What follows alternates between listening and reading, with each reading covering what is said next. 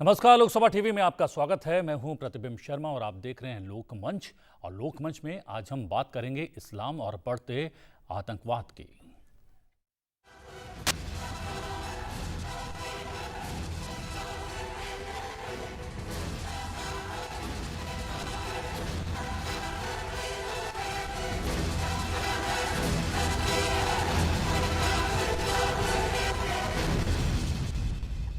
Islamic आतंकवाद का खतरा अब कोई नई बात नहीं रह गया है, लेकिन ह्यूस्टन में 50,000 भारतीयों के बीच प्रधानमंत्री मोदी के आतंकवाद को विश्व के लिए सबसे बड़ा खतरा बताए जाने और अमेरिकी राष्ट्रपति डोनाल्ड ट्रंप द्वारा इस्लामिक आतंकवाद से मिलकर लड़ने के बयान को जोरदार तरीके से दिए जाने से इस्लामिक आतंकवाद एक बार फिर से सुर्खियों में आ गया है।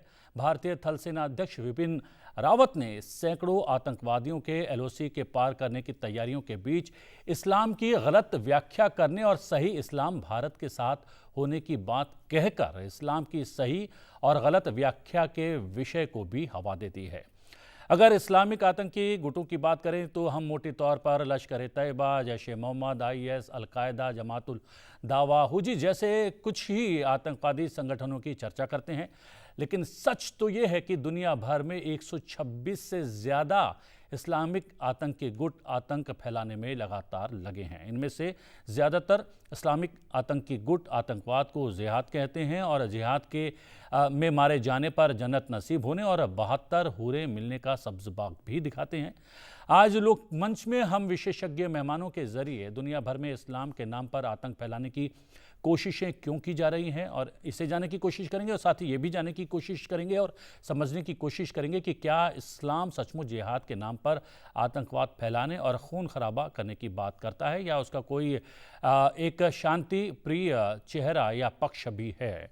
विशेषज्ञ मेहमानों से करवा देता हूं आपका परिचय। हमारे साथ हैं शोएब कासिम, जमात-ए-उलेमा हिंद से जुड़े हुए हैं। शोएब जी, आपका बहुत बहुत स्वागत है। पुष्पेंद्र कुलश्रेष्ठ जी हैं, आतंकवाद और इस्लामिक मामलों के विशेषज्ञ हैं। पुष्पेंद्र जी, आपका बहुत बहुत स्वागत है। डॉक्टर नदीम अहमद हैं जो कि समाज सेवक हैं और राजनीतिक विश्लेषक हैं। नदीम जी, आपका भी बहुत बहुत स्वागत है। चर्चा शुरू करें अपने विशेषज्ञ मेहमानों से और पूरा विषय बारीकी से जानने समझने की कोशिश करें। उससे पहले ह्यूस्टन में क्या कुछ कहा प्रधानमंत्री मोदी ने आतंकवाद को लेकर, एक बार देख लेते हैं। आर्टिकल 370 ने जम्मू कश्मीर और लद्दाख के लोगों को विकास से और समान अधिकारों से वंचित रखा था। इस स्थिति का लाभ आतंकवाद और अलगाववाद बढ़ाने वाली ताकतें उठा रही थी। अब भारत के संविधान ने जो अधिकार बाकी भारतीयों को दिए हैं, वही अधिकार जम्मू कश्मीर और लद्दाख के लोगों को भी मिल गए हैं। भारत अपने यहां जो कर रहा है उससे कुछ ऐसे लोगों को भी दिक्कत हो रही है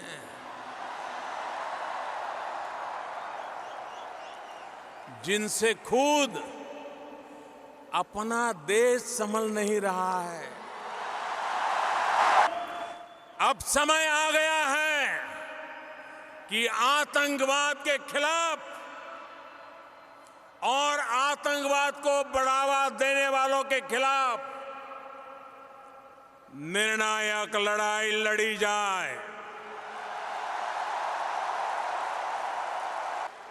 मैं यहां पर जोर देकर कहना चाहूंगा कि इस लड़ाई में प्रेसिडेंट ट्रंप पूरी मजबूती के साथ आतंक के खिलाफ खड़े हुए हैं।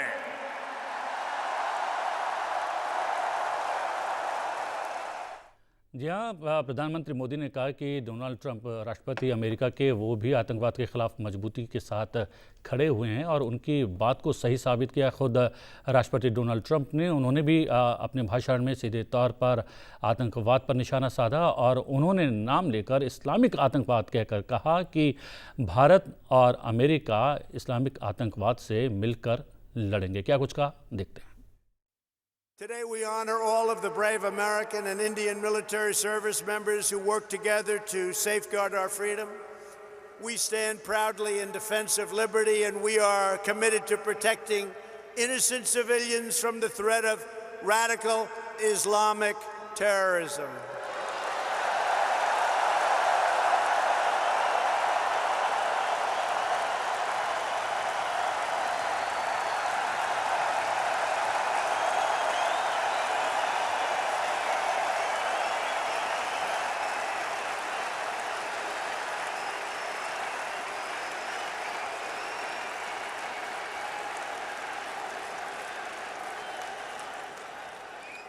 Thank you.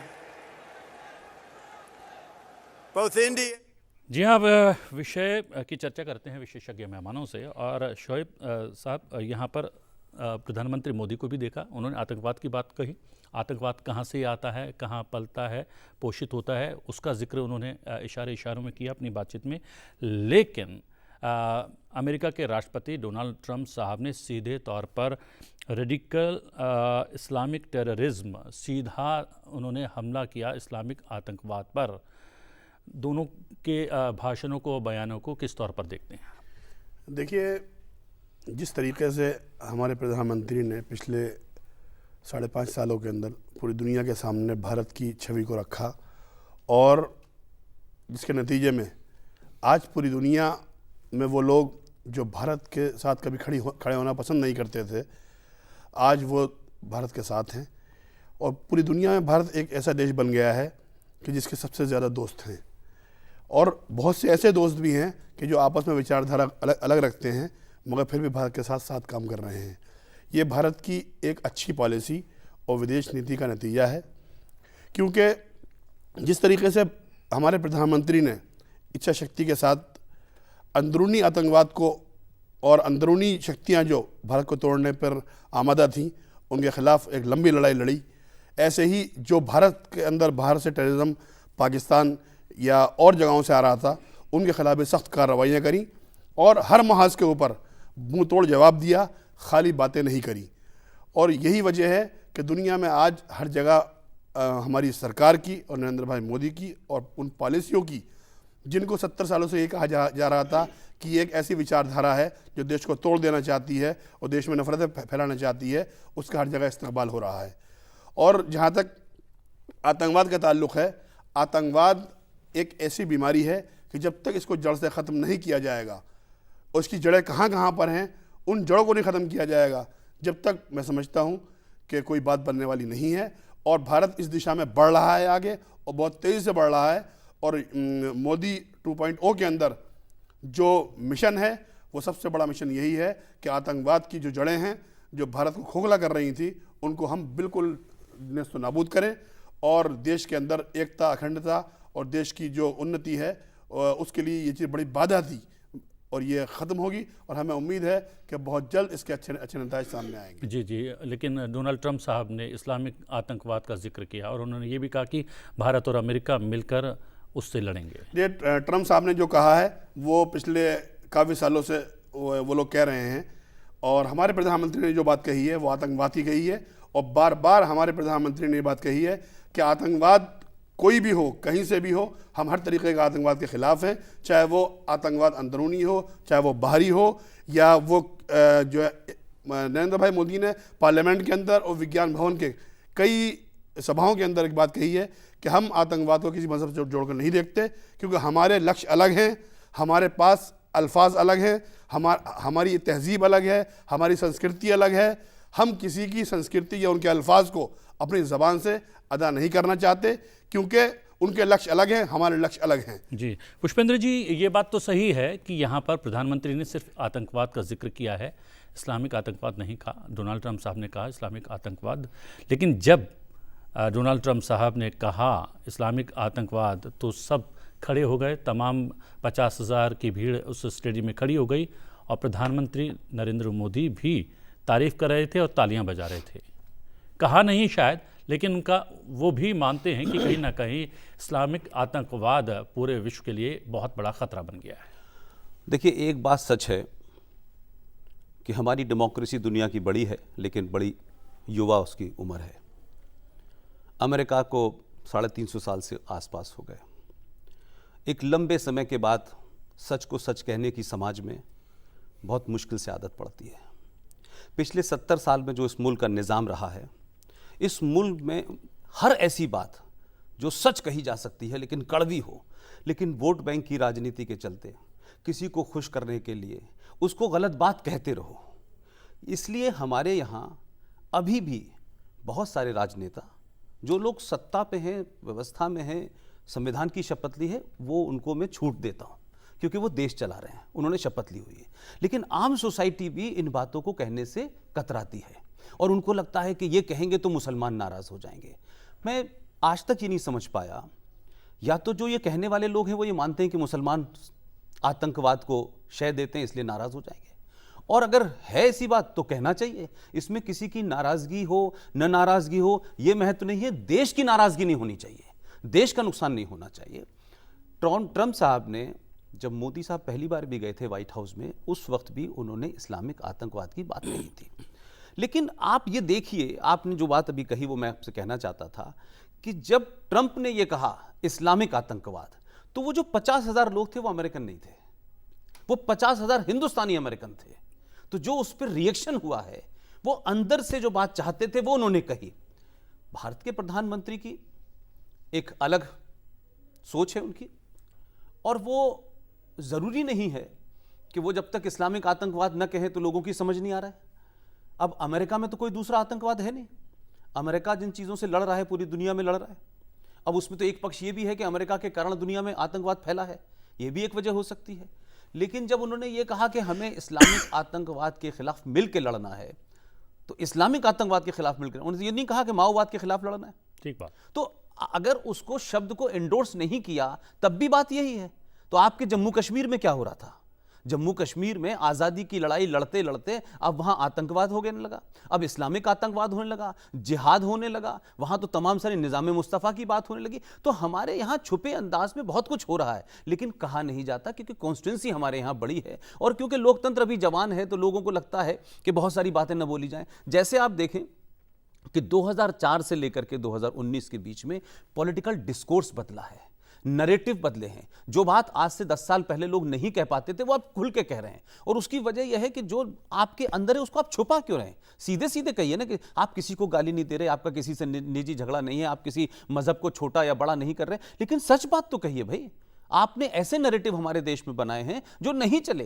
ये 70 साल मुल्क घसीटा है, घिसट रहा है, ये अभी सच नहीं है कि मतलब आपको कोड़ भी हो गया, आपको बीमारी भी हो गई, लेकिन हम सब चल रहे हैं साहब। हम इस बात में खुशी, हम 70 साल से जिंदा थे। आप स्वस्थ नहीं थे, आप बीमार देश थे, आपके अंदर सच कहने की हिम्मत नहीं थी, आप उन प्रॉब्लम को कंफ्रंट नहीं करना चाहते थे। तो भाई आप मुझे बताइए कि 1986 के अंदर और 85 के अंदर राजीव गांधी के पास 412 सीटें थी। एक औरत जो 70 साल की थी, उस बेचारी को गुजारा भत्ता चाहिए था। अगर वो हिंदुस्तान की कोर्ट में जाकर के उस पर फैसला लेके आती है, तो इतनी मजबूत सरकार, इतने आधुनिक प्रधानमंत्री ने, इतना बड़ा मैंडेट, आपने फैसला बदल दिया किसके दबाव में? क्या कोई गैर कानूनी काम किया था कोर्ट ने? सुप्रीम कोर्ट ने फैसला दिया था शाबानों के हक में, तो भाई आपने क्यों बदला? लेकिन तमाम वो लोग जो उससे रिलेटेड थे, उन्होंने कैसा हंगामा खड़ा किया। और आज वही आदमी जिसको आप हिंदू लीडर कहते हैं, जिसका चेहरा हिंदुत्व पे टिका हुआ है, जो आरएसएस की आइडियोलॉजी पे है, तमाम सारे नैरेटिव आपने क्रिएट किए आरएसएस के बारे में भी, आज वो भी बदल है। लेकिन उसी हिंदू लीडर ने मुसलमानों के उस पर्टिकुलर एरिया को, जहां कोई छूना नहीं चाहता था, जहां कोई जाना नहीं चाहता था कि सब नाराज हो जाएंगे, 3-3 बार ऑर्डिनेंस ला करके आपने निकाह हलाला को खत्म किया कि नहीं किया? विल होनी चाहिए आपके अंदर। मुझे लगता है कि जब आप सच बोलते हैं तो कुछ लोग नाराज तो होते हैं, लेकिन इतिहास में आपको लोग सही लिखेंगे, इतिहास में आपके बारे में सही होगा। लिहाजा इशरत का इनकाउंटर होगा, सोहराबुद्दीन का इनकाउंटर होगा, तो ये हिंदू मुस्लिम से जोड़ दिया जाएगा। तो कुछ लोगों को इशरत जो है वो बेटी हो जाती है, दाऊद भाई हो जाता है। हम सच बात क्यों नहीं बोलते भाई? अगर इस्लामिक आतंकवाद है तो it's a reality, we should accept it. ठीक है, हमारा पॉलिटिकल नैरेटिव कुछ और हो सकता है, समाज का तो पॉलिटिकल नैरेटिव नहीं हो सकता, दानिश्वरों का तो नहीं हो सकता, उनको तो बोलना चाहिए। हम क्यों इस बात से भाग रहे हैं कि जम्मू कश्मीर में आईएस का झंडा फहराया जाए? तो आईएस के झंडा फहराने वाले को तो गोली नहीं मारी जाती, आईएस के झंडे फहराने वाले को तो जेल में नहीं डाला जाता, हर जुमे को फहराते थे वो। लेकिन तिरंगा फहराने वाले को लाल चौक पे आप मारते थे, आप अरेस्ट करते थे। तो ये कितना खतरनाक नैरेटिव इस देश में चला। और हमारे यहां देश में इस्लामिक आतंकवाद है, वो छुपे रूप में है, वो हल्के रूप में है, वो अलग अलग शक्लों में है, लेकिन है। इसको ये नहीं कह सकते कि नहीं ऐसा नहीं है। और ये भी कोई नहीं कह रहा कि हिंदुस्तान के 35 करोड़ मुसलमान उसको सपोर्ट करने खड़े हुए हैं। लेकिन दुख की बात क्या हो रही है कि अभी तक हम इस नतीजे पर नहीं पहुंचे हैं, क्या मुसलमान में प्रॉब्लम है, क्या मुसलमान के अंदर कोई प्रॉब्लम है कि वो उस तरीके से गलत नहीं कर, या उनकी जो किताब है कुरान, क्योंकि इस पर डिबेट पूरी दुनिया में हो रही है कि कुरान की वजह से आतंकवादी लोग बनते हैं। बड़े बड़े मुसलमान भी कहते हैं कि साहब वो पढ़ने के बाद, अब वो पढ़ने के बाद बनते हैं नहीं बनते तो डिस्कशन का कोर्स है। तो हिंदुस्तान के तमाम मुसलमानों को, जो खासतौर से मौलाना हैं, जो मौलवी हैं, जो मुफ्ती हैं, ये तो उनका काम है कि वो ये बताएंगे। इसमें कोई हिंदू नहीं बताएगा, क्रिश्चियन नहीं बताएगा, सिख नहीं बताएगा, वो बताएगा भाई कि ये ऐसा है, ये ऐसा है। अब कुरान कितने हैं कैसे नहीं, ये सब इंटरनल मामला है। लेकिन इस्लामिक आतंकवाद है, it's a reality, one should accept it. जी जी, डॉक्टर नदीम, ये बात कही है पुष्पेंद्र जी ने कि जो सच कहेगा इतिहास में उसका नाम दर्ज हो जाएगा। इतिहास में नाम दर्ज एक अलग अलग विषय हो सकता है, लेकिन सच को अगर सच नहीं कहेंगे तो वो जो खराबी है सच में, कहीं ना कहीं खराबी कहीं से आ गई है, वो ठीक नहीं होगी।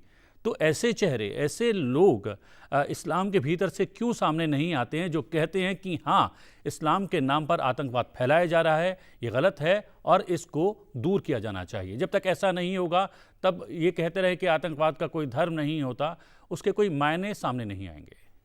देखिए, ग्लोबलाइजेशन के इस दौर में बहुत सारी चीज़ें बदली हैं और सिनेरियो बहुत ज़्यादा बदला है 9/11 के बाद, और मीडिया और दुनिया बहुत सारी नई चीज़ों को देखना शुरू कर रही है एक नए एंगल के साथ। सर, जैसा कि अभी आपने सवाल उठाया, मैं इसका जवाब कुछ इस तरीके से दूंगा कि वो लोग जो इसे नज़रअंदाज कर रहे हैं, इसके ऊपर गुफ्तगू नहीं करते हैं, वो लोग गलत कर रहे हैं और इसकी मजम्मत करनी चाहिए। और आतंकवाद तो एक विश्वव्यापी समस्या है, इसकी एक आम जी शऊर आदमी को भी मजम्मत करनी चाहिए, इसका विरोध करना चाहिए। और हमारे उलमाओं की कहीं ना कहीं ये गलती रही है, अगर वो सामने आकर एक्सपोज नहीं कर रहे इस बात को, इसका खंडन नहीं करते हैं, तो ये गलत है। बिल्कुल साफ साफ तौर पर कहना चाहिए और अपना जो एक अच्छा पक्ष है, एक साफ पक्ष है, उसे रखना चाहिए।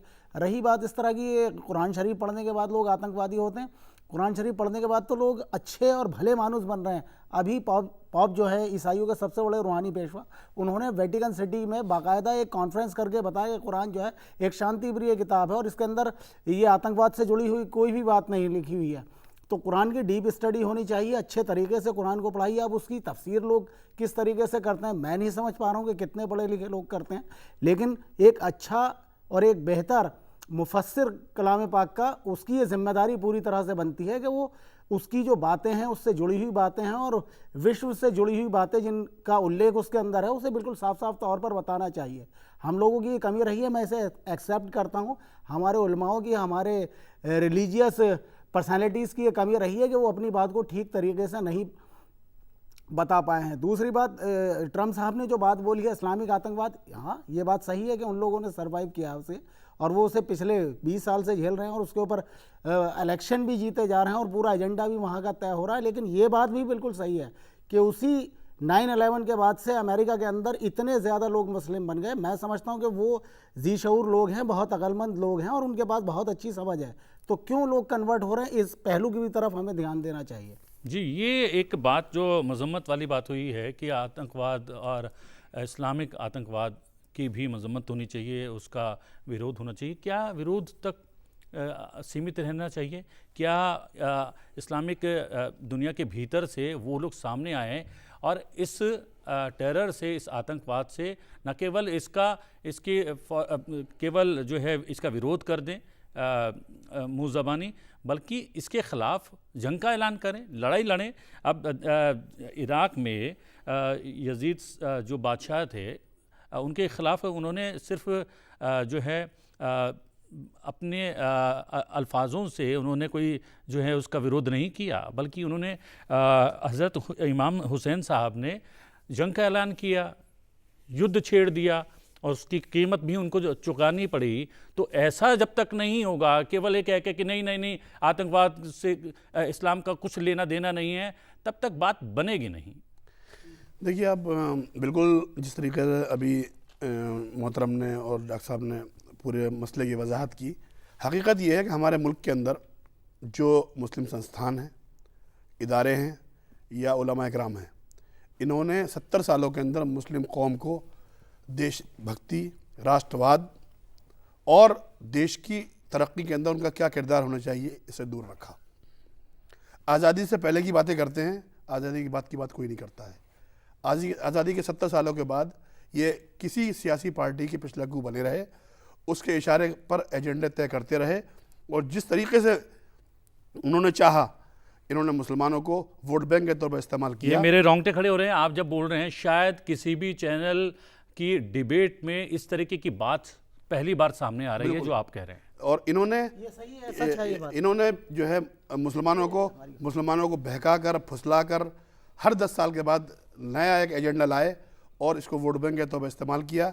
नतीजा ये हुआ कि देश ये भी नहीं समझ सका कि जिस देश में हम रहते हैं उस देश की क्या संस्कृति है, क्या सभ्यता है और ये कैसा देश है।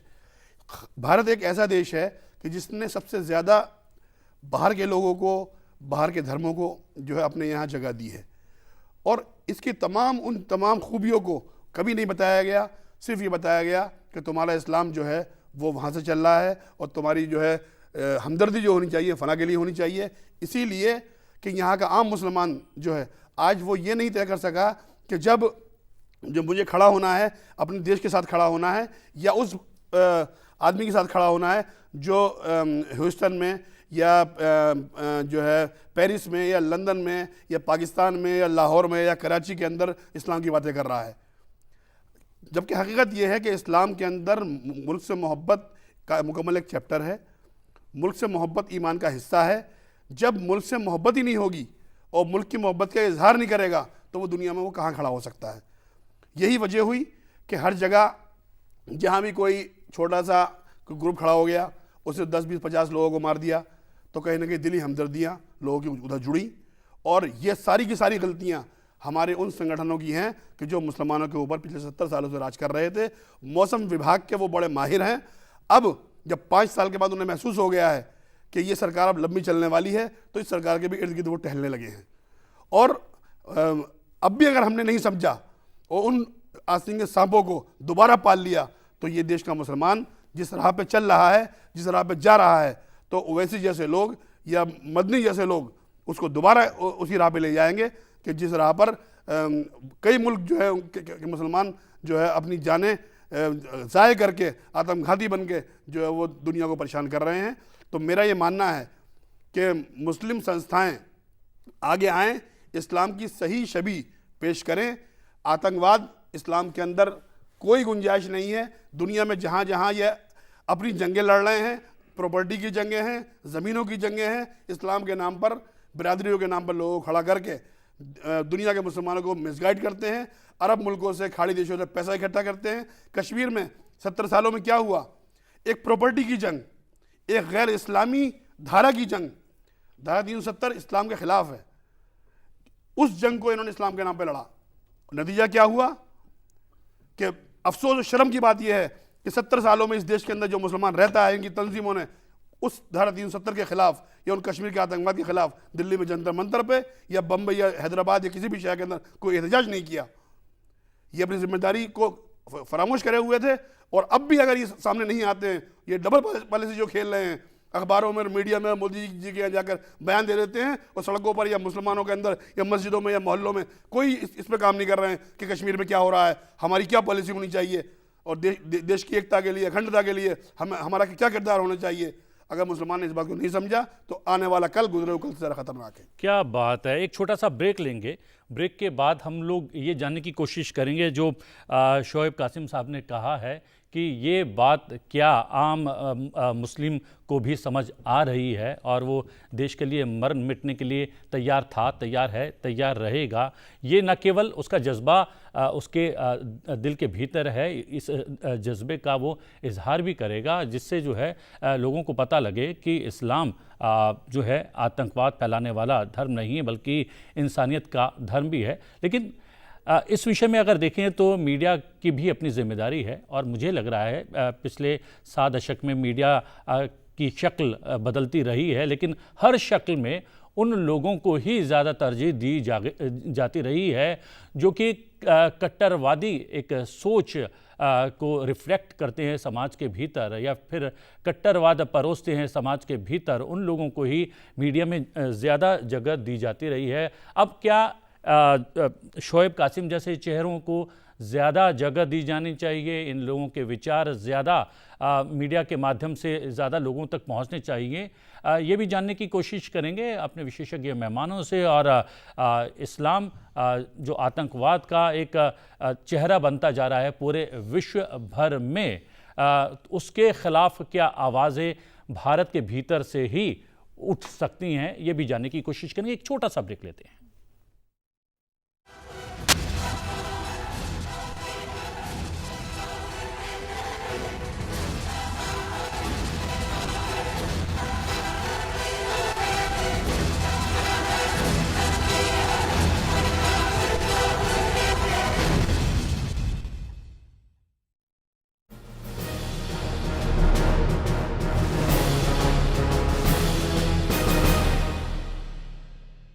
ब्रेक के बाद लोकमंच में आपका एक बार फिर से स्वागत है। लोकमंच में आज हम चर्चा कर रहे हैं इस्लाम और बढ़ते आतंकवाद की। और पुष्पेंद्र जी, शोएब कासिम साहब ने ब्रेक पर जाने से पहले जो बातें कही हैं, जो आप शायद चाहते थे कि कहीं ना कहीं आप के भीतर से ही आवाज़ निकलनी चाहिए कि नहीं, इस्लाम ऐसा नहीं है, लेकिन आपने जो चाहा उससे भी आगे बढ़कर शोएब साहब ने कहा कि हाँ, 7 दशक में गलतियाँ हुई हैं, लोगों ने गलत तरीके से इंटरप्रेट किया है इस्लाम को और उन्होंने कहीं ना कहीं अपनी राजनीतिक रोटियां या निजी रोटियां भी सेकी हैं।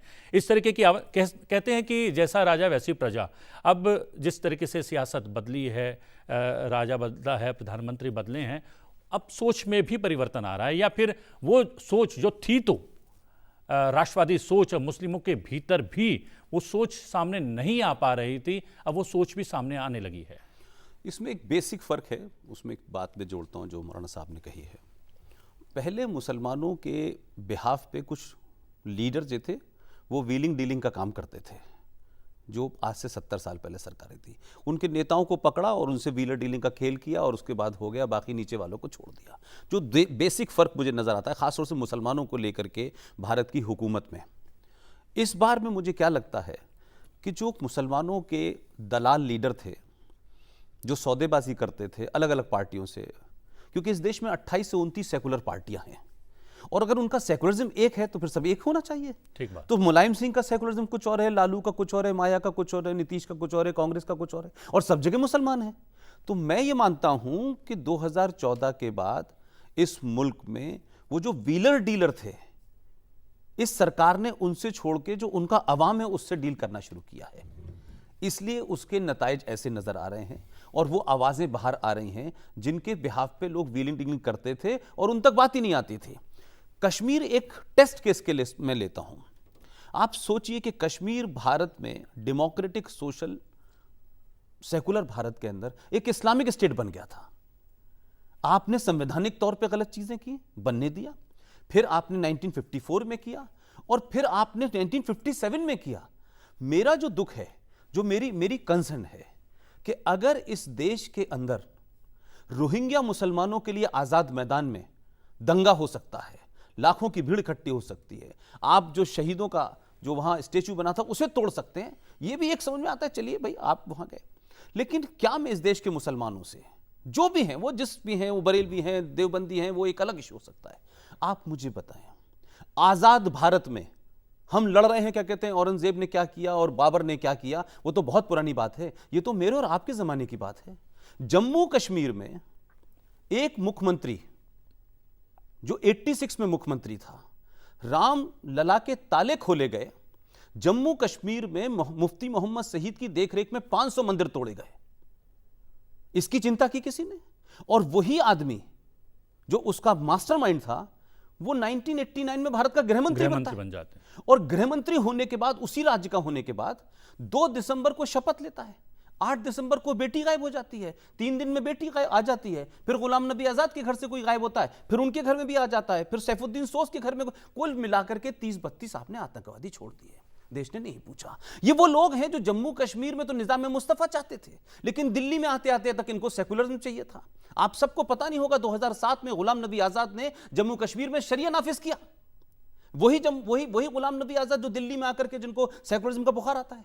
तो क्या आप मुझे बताएं कि 5.5 लाख कश्मीरी हिंदू पंडित जो उस जमीन का मूल निवासी था, जब उनके साथ अत्याचार हुआ अक्रॉस द बाउंड्री लाइन, हम सबों के जमाने की बात है, कोई इतिहास में नहीं पढ़ रहा है, कोई बता दे क्या कहते हैं कि रोहिंग्या मुसलमानों के लिए जो भीड़ इकट्ठी हुई थी आजाद मैदान में, एक भीड़ इकट्ठी होती है और यह कहती है कि यह जाति कैसे हो सकती है? आप उन लोगों को मार के काट के निकाल देंगे सिर्फ मजहब के नाम पे। मस्जिदों का इस्तेमाल किया गया जम्मू कश्मीर में, श्रीनगर में हर मस्जिद से अजान लगाई गई, हर मस्जिद से नारे लगाए गए। तो ये मुसलमान जो जिसको हम कहते हैं जो सेनर एलिमेंट, इसको निकल के आना चाहिए था। इस देश की मेजॉरिटी को हॉस्टाइल कर दिया। इस देश में आज इस देश की मेजॉरिटी को लगता है कि उनके साथ माइनॉरिटी जैसा व्यवहार हो रहा है। तो चाहे सरकारें आई हैं, तो ये जो एक गुस्सा है, उस गुस्से में लोगों को लगता है कि भाई अगर मुसलमान आतंकवाद में लिप्त हैं तो कहो आतंकवाद में लिप्त हैं। अगर पंजाब के अंदर कुछ दून के लिए वहां आतंकवाद चला तो पूरी दुनिया ने कहा यह सिख आतंकवाद है, सबने कहा। और इस देश में तो कमाल के लोग हैं, 2 लोगों को पकड़ के आपने एक नाजायज थ्योरी क्रिएट की और आपने हिंदू आतंकवाद कह दिया। It is become a fashion इन हिंदुस्तान कि भाई हिंदू आतंकवाद। लेकिन क्या किसी में इतनी ताकत थी? ये कहता कि हिंदुस्तान में इस्लामिक आतंकवाद को पनपाया जा रहा है और हर धमाके के पीछे मुसलमान पकड़ा जाता है। तो सवाल यह है कि यह बात आप कहें तब लोगों को लगेगा कि आप जेन्युइन तरीके से बात कर रहे हैं, सच में एक सेकुलर स्टेट है। आप सेकुलर स्टेट में रहते हुए जम्मू कश्मीर के संविधान में जो मैं एक मिसाल देना चाहता हूं, जिसको सबको गौर करना चाहिए। भाई देखिए, कुछ लोग पागल हो सकते हैं, कुछ लोग दीवाने हो सकते हैं, वो एक अलग इशू है। लेकिन जम्मू कश्मीर के अंदर जो कश्मीरियत की बात, जो जमहूरियत की बात, जो इंसानियत की बात करते थे, उन्होंने क्या ग्रम अपराध किया और देश को नहीं बताया। और देश के बड़े बड़े दानिश्वर नहीं बोले, मुसलमान नहीं बोले, हिंदू नहीं बोले, कोई बोले ही नहीं, दलित लीडर नहीं बोले। 1956 के अंदर जम्मू कश्मीर में स्वीपर्स की हड़ताल हो गई और स्वीपर्स की हड़ताल हो गई तो उसमें बख्शी गुलाम मोहम्मद साहब वहां के चीफ मिनिस्टर थे।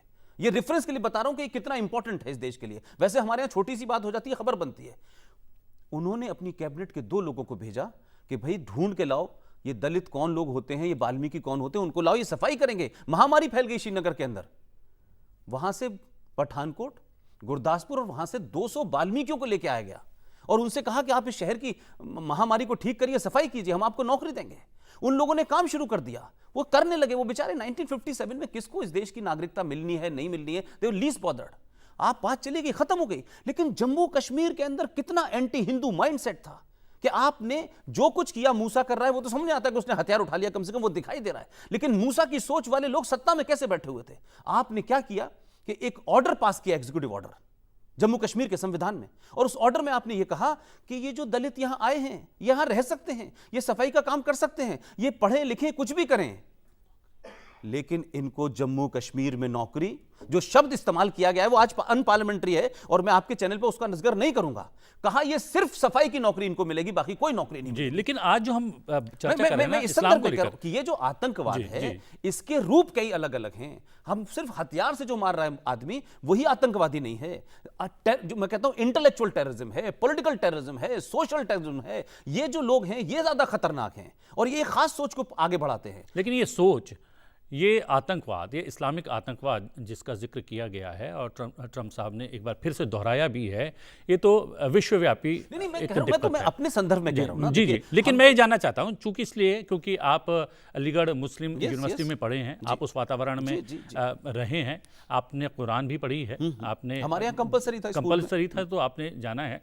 तो बार बार ये तो वहाँ का जब आप बहुसंख्यक मुस्लिम थे आपकी यूनिवर्सिटी में और आपको कुरान भी पढ़ना होता था, तो क्या विचार सामने आते थे? क्योंकि अगर वो बात सामने नहीं आएगी तो 2 और विशेषज्ञ मेहमान हैं, इस बात का स्पष्टीकरण नहीं हो पाएगा कि क्या इस्लाम सचमुच में आतंकवाद को या कट्टरवाद को जो है प्रश्रय देता है। देखिए, मैं तो सिंपल सी बात कहता हूँ, हमारी फैमिली वहाँ अकेली थी, हम पढ़ते थे तो जैसे और सब्जेक्ट पढ़े, हमने कुरान शरीफ भी पढ़ा, हमारी मस्जिद थी, हम जाते थे, नमाज पढ़ते थे, कई बार हमने अजान भी दी। वो एक अलग जीवन है, वो एक अलग सोसाइटी है। इसीलिए सोशल सेकुलरिज्म और पॉलिटिकल सेकुलरिज्म अलग अलग है।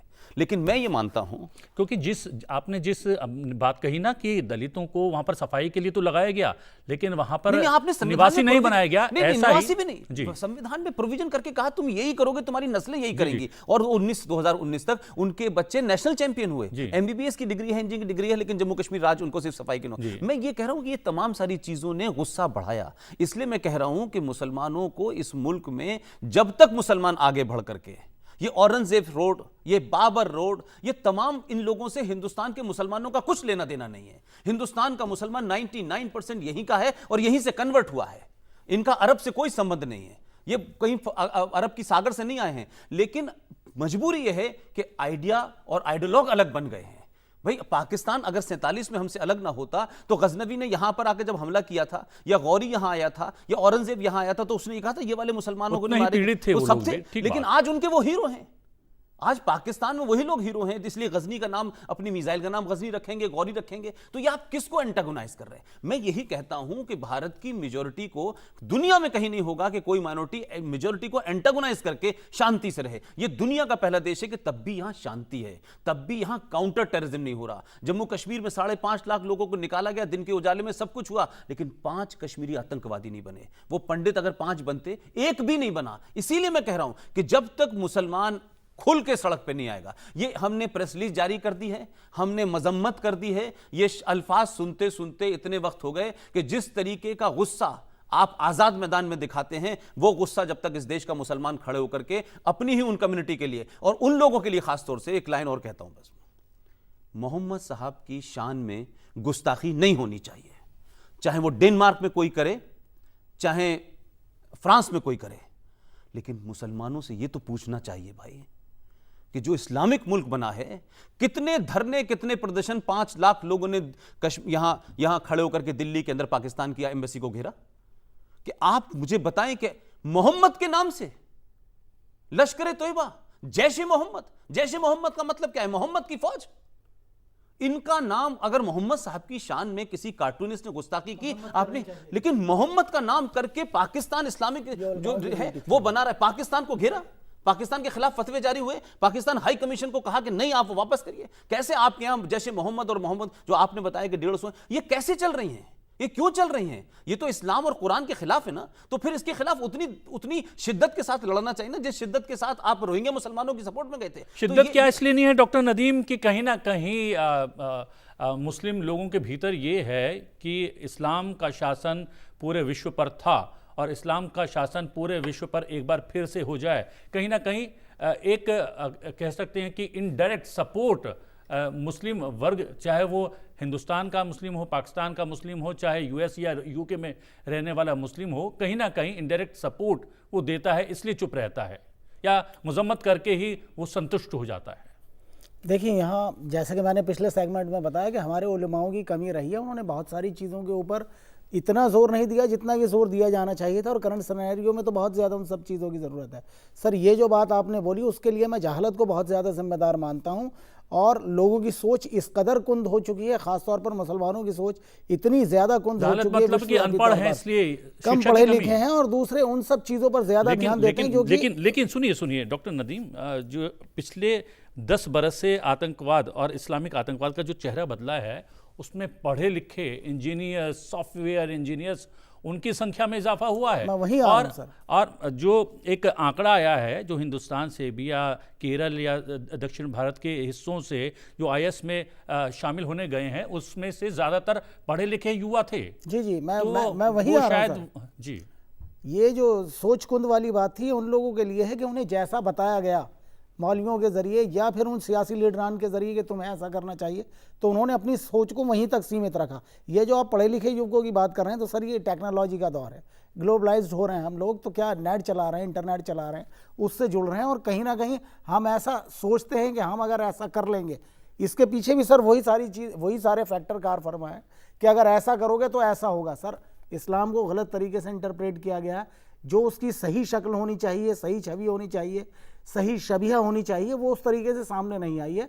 और पढ़े लिखे लोगों ने भी उन सब चीज़ों को उस तरीके से जानने की कोशिश नहीं की लेकिन जितना उन्हें जानना चाहिए था। इसके लिए मुल्ला मौलवी उनकी तरफ ही आप क्यों देखते हैं? नहीं, बुद्धिजीवियों की भी जिम्मेदारी है, आपके भीतर बुद्धिजीवियों भी को लोग भी आगे आना चाहिए जी। था।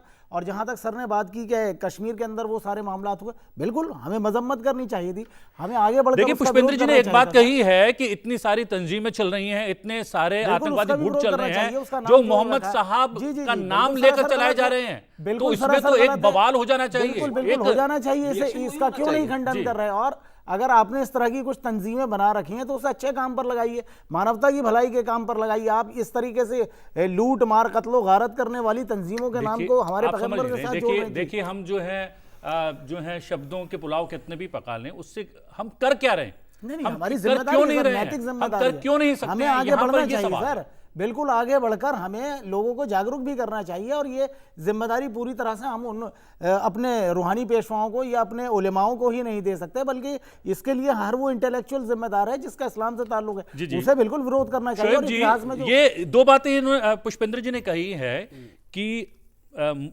कश्मीरी पंडितों पर जुल्म हुए, उनको उनके घर से बेघर कर दिया गया, पीड़ित रहे, लेकिन उन्होंने जहाँ भी ठौर देखी, जहाँ पर भी रहे, वहाँ पर फिर से पढ़ाई शुरू कर दी, फिर से अपना नया जीवन बनाया। कोई आतंकवाद की तरफ नहीं गया, किसी ने बंदूक नहीं उठाई है। अनपढ़ भी लोग हैं बिहार में, उत्तर प्रदेश में माना जाता है कि बहुत मुफलिसी है, बहुत गरीबी है, और पढ़ाई उड़ीसा में भी ऐसा है कि पढ़ भी नहीं सकते लोग, लेकिन तमाम लोग फिर भी मेहनत मजदूरी कर कर अपना गुजारा कर रहे हैं। वहाँ के लोग आतंकवाद की तरफ नहीं जाते हैं, बंदूक नहीं उठाते हैं, दूसरे को मारना सही नहीं समझते हैं। फिर इस्लाम में ही ऐसा ही क्यों कि लोग जब गरीब होते हैं तो बंदूक उठा लें, अनपढ़ रह जाते हैं तो बंदूक उठा लें? तो ये कहकर क्या बचाव किया जा सकता है इस्लाम का, या फिर इस्लाम और आतंकवाद जिस तरीके से जुड़ रहा है? बिल्कुल जो है ये बहुत अहम और बड़ा ही संगीन टॉपिक है। और ये वैश्विक है, और हम भारत के संदर्भ में नहीं, बिल्कुल। हम पूरे विश्व की बात कर रहे हैं। नाइजीरिया में लड़कियों को उठाया जाता है, बंधक बनाया जाता है, उनके साथ लगातार रेप किया जाता है, तब भी केवल कह देते हैं कि नहीं गलत है, मजम्मत की जाती है। ये इंसानियत को हिला देने वाली चीजें हैं। बिल्कुल। और जब इंसानियत हिल जाती है और घुटन महसूस करता है कोई व्यक्ति, तो सिर्फ उसकी बुराई नहीं करता, मजम्मत नहीं करता, फिर उसके खिलाफ खड़ा हो जाता है, चाहे उसको खुद भी क्यों ना हथियार उठाना पड़े उस आतंकवाद के खिलाफ। ऐसा नहीं होगा। बिल्कुल ये टॉपिक बड़ा अहम है, और ये कम से कम इस पे सोचने के लिए या मीडिया ने, किसी चैनल ने तवज्जो तो दी, वरना अब तक क्या होता था, दो मुही पॉलिसी जो है वो इस देश में रही। और इसके लिए चाहे जिम्मेदार कोई किसी को समझ रहा हो, मगर मैं तमाम जिम्मेदारी मुस्लिम संस्थाओं की, मुस्लिम इदारों की, उलमा इकराम की समझता हूँ, क्योंकि उन्होंने इस देश के मुसलमानों को, इस देश के हिंदुओं को डबल स्टाइल में डील किया। मुसलमानों में एक बात करी, हिंदुओं में जाकर दूसरी बात करी, मीडिया में दूसरी बात करी, हिंदी मीडिया में कुछ कहा, उर्दू मीडिया में कुछ कहा। आज कश्मीर के अंदर जो हालात हैं, मैं 5 बार कश्मीर होकर आया हूँ इन पिछले 1.5 महीने के अंदर। अच्छा, कश्मीर के अंदर सबसे कम किलिंग पिछले 70 सालों में इस महीने में हुई है। मगर पाकिस्तान की वो फेक वीडियोज़ जो कभी कभी की हैं, वो कहाँ कहाँ की बनाई हुई हैं, बाकायदा फिल्माई गई हैं, वो जो गुलाम कश्मीर है उसके अंदर, वो आज चलाकर हर मुसलमान के पास भेजी जा रही हैं व्हाट्सएप के ज़रिए, और आपस में बातें ये करते हैं। नरेंद्र भाई मोदी के पास जाने के बाद, अमित शाह के पास जाने के बाद बात करते हैं ये कि जो है हम आपके साथ खड़े हैं, मुसलमानों में आगे बात करते हैं। हज़ारों इज्जतें लुट गई हैं, लोग बर्बाद हो गए हैं, कश्मीर के अंदर 1.5 महीने से लोग बंद हैं। क्या होना चाहिए ये बताइए कि जब वहाँ पर लोग मारे जा रहे थे, हज़ारों, पुलवामा के अंदर जो अटैक हुआ, कितनी मुस्लिम तंजीमें सड़कों पर आईं, आम मुसलमान सड़क पे आया, पूरे मुल्क के अंदर, हर शहर के अंदर आम मुसलमान आया, मगर मुस्लिम तंजीमों के कानों पर जूड़ नहीं रहेंगी। मगर जब अपने जो उनके बड़े बड़े एम्पायर खड़े हुए हैं, उन पर लगा, चिदम्बरम के गिरफ्तार होने के बाद उन्हें लगा कि कुछ भी हो सकता है देश के अंदर, तो फौरन भागकर प्रधानमंत्री कार्यालय और होम मिनिस्ट्री, वो जगह जगह ये भागे फिर रहे हैं। मगर आज मेरी इस बड़े टीवी चैनल के माध्यम से ये देश के मुसलमानों से अपील है कि इन तमाम उन मुस्लिम तंजीमों को जो मुसलमानों में जाकर ये बता रहे हैं कि हम नरेंद्र भाई मोदी से और मोहन भागवत जी से इसलिए मिलने गए थे कि मॉब लिंचिंग बंद कराने गए थे हम, इन्होंने मुसलमानों में जाके जो बात कही है वो ये कही है उर्दू मीडिया के अंदर कि हम मोहन भागवत यानी जी से अभी भी दोहरे मापदंड हैं, बिल्कुल। दोहरे चेहरे हैं, दोहरी बातें हैं और और- इसलिए शायद अभी भी देश का मुसलमान सही राह पर नहीं आ पा रहा है या समझ नहीं पा रहा है कि उसे कहाँ जाना है। लेकिन हमने जैसा कहा कि एक जी मिनट, जमीयत उलमा हिंद की एक मीटिंग हुई आईटीओ पर, उनके हेडक्वार्टर के अंदर। उस मीटिंग के अंदर 370 का कोई लफ्ज बयान नहीं किया गया। वहां पर 1000 लोग थे, वहां रेजोल्यूशन पास हुआ, जो पढ़ा गया वो कुछ और, सरकार को दिया गया वो कुछ और। सही है, वहां 370 पे बात ही नहीं हुई। वहां क्या बात हुई? कश्मीर हमारा है, कश्मीरी भी हमारा है। ये बात तो सब कहते हैं जी। कौन सी मैं- नई बात लेकिन आपने पुष्पेंद्र कही? जी, मैं ये जानना मगर चाहता हूं, समय समाप्त हो रहा है, ये चूंकि ये अंतिम 2 मिनट चल रहे हैं, कि इतना जज्बाती क्यों होता है मुस्लिम अपने धर्म को लेकर, कि थोड़ा सा उसको कह दिया कि वहाँ उसके साथ गलत हुआ है और फिर वो आतंकवाद की राह पर निकल जाता है या फिर मरने मारने पर आ जाता है, इतना जज्बाती क्यों हो जाता है? देखिए, दो बातें बड़ा गलत नैरेटिव है। मुसलमान बेचारा जो है अनपढ़ है, जो जाहिल है, इसलिए समझ नहीं पा रहा। कुरान शरीफ जो 90% जो मेरा दौर गुजरा है, उसमें तो गरीब घर के बच्चे बेचारे जाते हैं वहाँ सलमान खुर्शीद के बच्चे तो जाते नहीं हैं ना, गुलाम नबी आज़ाद के बच्चे नहीं जाते हैं। सही तो कुरान तो बचपन से पढ़ाया जाता है ना, तो कुरान की तो कम से कम उसके पास नॉलेज होती है, भले ही साइंस की हो ना हो, मेरा मानना ये है। लेकिन आप ये देखें कि ये कहकर भी हम छूटना चाहते हैं कि हमारे यहाँ जहालत है। जहालत का मजहब से कोई लेना देना नहीं है। मैं नहीं मानता क्या कहते हैं कि हिंदू धर्म के लिए आपको कोई वैदिक बहुत बड़ा वो कोर्स करना पड़ा, लेकिन सवाल यह है कि जिन लोगों को हम ये लीवरेज दे रहे हैं, ये जो आपने कहा जज्बाती क्यों है, बात यह है कि जज्बात असली है क्या, वो तो पता चले कि आपका जज्बात है क्या। तो आप क्यों नहीं बताते कि भाई ये जो कहा जाता है बार बार दारुल हरब और दारुल इस्लाम, ये सब बताएं ना, क्या चीज है ये, कहां जिक्र है इसका। मैंने कहा कि कम से कम इस्लाम में तो एक ऐसा मामला है कि उस पे जो भी ये कहेंगे लोग उसको मानेंगे। पुष्पेंद्र कुमार कहेंगे तो नहीं मानेंगे कि बस आप गलत इंटरप्रिटेशन कर रहे हैं, लेकिन आपके तो अपने मौलवियों ने गलत इंटरप्रिटेशन नहीं की, आपने तो सुप्रीम कोर्ट में गलत इंटरप्रिटेशन आपने शाबानों के मामले में दी, आपने तो कुरान की उस आयत को टेम्पर किया। तो आप मुझे बताइए कि एक तरफ तो मुसलमान इतना जज्बाती होता है, भड़क जाता है, लेकिन जब उसके अपने ही लोग ये काम करते हैं तो वो नहीं भड़कता। तो जो गुस्सा नहीं, आरिफ मोहम्मद खान साहब कुछ लोग होते हैं जो सामने आते हैं, बट मैंने ये कहा कि आरिफ मोहम्मद खान साहब जैसी सोच के लोगों की बदकिस्मती ये है कि जिस वक्त उन्होंने उस फैसले के खिलाफ खड़े होकर के बोले और उस कांग्रेस पार्टी ने कहा कि अब हमने रुख बदल लिया है, अब आप ये बोलिए, तो उसी बात पे तो उन्होंने इस्तीफा दिया कि जो कल मैंने कौम के सामने ये बोला है आज मैं उसका उल्टा नहीं बोल सकता। लेकिन आरिफ मोहम्मद खान का सियासी कैरियर उस दिन के बाद से समाप्त हो गया इस मुल्क के अंदर। हाँ, तो लोगों को साथ आना चाहिए था, आम मुस्लिमों को वही साथ कह में रहा आना हूं, जो चाहिए बात था। आज आप कह रहे हैं तो क्यों नहीं आई कौम, इस वही मैं कह रहा हूं कि कुछ बातें कहने के लिए होती हैं जो उसका आप एडवर्टाइजिंग करते हैं, और कुछ आप दिल में होती हैं। तो जहां जज्बाती होना चाहिए मुसलमान को, वहां नहीं हो रहा है। मुसलमान आज की डेट में हर लैंग्वेज में कुरान शरीफ मौजूद है, और देखा यह गया है कि जो सचमुच में शांति प्रिय मुस्लिम है, जो चाहता है कि वो नहीं, आप मुझे बताइए इत्मीनान और कितने आराम से मुसलमानों ने कहा कि हमें एपीजे अब्दुल कलाम बनना है। जी। आपकी सियासी पार्टी सारा कुछ सियासत वालों देखिए, के अब ऊपर शायद कुछ बदलाव आ गया हो। मैं होगा, बताता हूं वो आपको, आएगा, मैं बताता आएगा, हूं। आएगा। मैं प्राइवेट चैनल में उस वक्त था जब कलाम साहब को राष्ट्रपति के लिए उनका नाम सामने आया, तो लोगों के रिएक्शन के लिए हमारी टीम गई थी और हमारे एक मुस्लिम ही रिपोर्टर थे, उनसे जब कहा गया तो उन्होंने कहा कि रिएक्शंस नहीं मिलेंगे मुस्लिम एरियाज में, क्योंकि उनको उस तरीके का। इसमें एक लाइन जोड़ देते जो बात कह रहे हैं। जी, उसी दौर में 2 लोग फौत हुए, एपीजे अब्दुल कलाम साहब की मृत्यु हुई और कुछ दिन बाद जी, याकूब मेनन की हुई। आप याकूब मेनन के जनाजे में आप लोग देखते हैं और वहां पर रिएक्शन नहीं मिलता है उनके राष्ट्रपति बनने तो पर। इस हकीकत को भी जी, माने जी, ना जी, कि जी। आपके दिल में कुछ और है, कह कुछ और और है। मुजम्मत से काम नहीं चलेगा, नहीं जैसा चलेगा कि सर, बार ये बार सब सामने कागजी बातें हैं, कोई बात आ मजम्मत रही नहीं है। होगी। अब उठ खड़ा होना होगा और उन लोगों के खिलाफ जो अगर इस्लाम को वो बदनाम कर रहे हैं, आतंकवाद फैलाकर, उनके सामने खड़ा होना पड़ेगा, ताकत से खड़ा होना पड़ेगा और कहना पड़ेगा इस्लाम शांति का प्रतीक है, आतंकवाद का प्रतीक नहीं है। आप तीनों विशेषज्ञ मेहमानों का बहुत बहुत धन्यवाद, थैंक यू वेरी मच। लोकमंच में आज के लिए इतना ही। लोकमंच में आपसे फिर मुलाकात होगी। फिलहाल मुझे आज्ञा दीजिए, लेकिन देखते रहिए लोकसभा टीवी। नमस्कार।